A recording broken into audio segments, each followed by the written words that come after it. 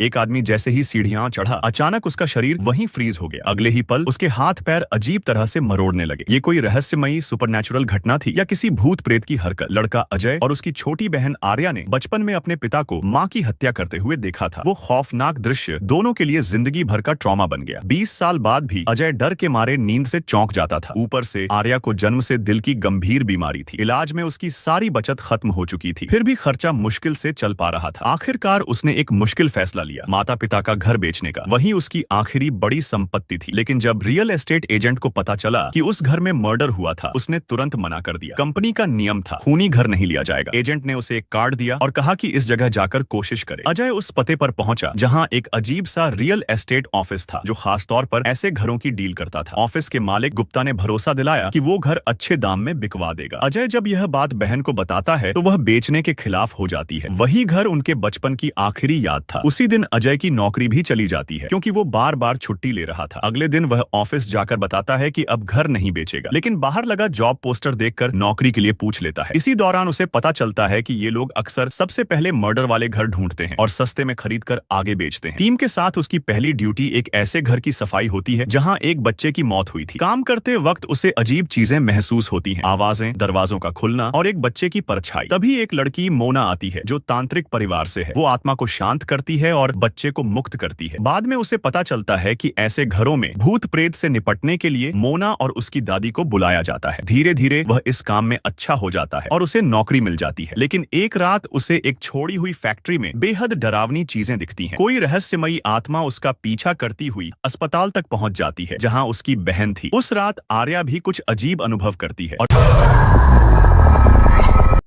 अगली सुबह पूछती है, भैया तुम्हें भूतों पर भरोसा है? अजय डर जाता है और मोना से मदद मांगता है, लेकिन उसे चेतावनी मिलती है, अगर वह ये काम करता रहा तो आत्माएं उसके पीछे लग सकती है और उसकी बहन खतरे में पड़ जाएगी। इसी बीच ऑफिस में एक नई लड़की नीलम नौकरी के लिए आती है। उसे ये खतरनाक काम रोमांचक लगता है। एक और केस में वह परिवार को घर बेचने के लिए मना लेती है, जहाँ एक महिला ने धोखा मिलने के बाद आत्महत्या कर ली थी। लेकिन जैसे जैसे टीम आगे बढ़ती है, घटनाएं और भी डरावनी होती चली जाती है।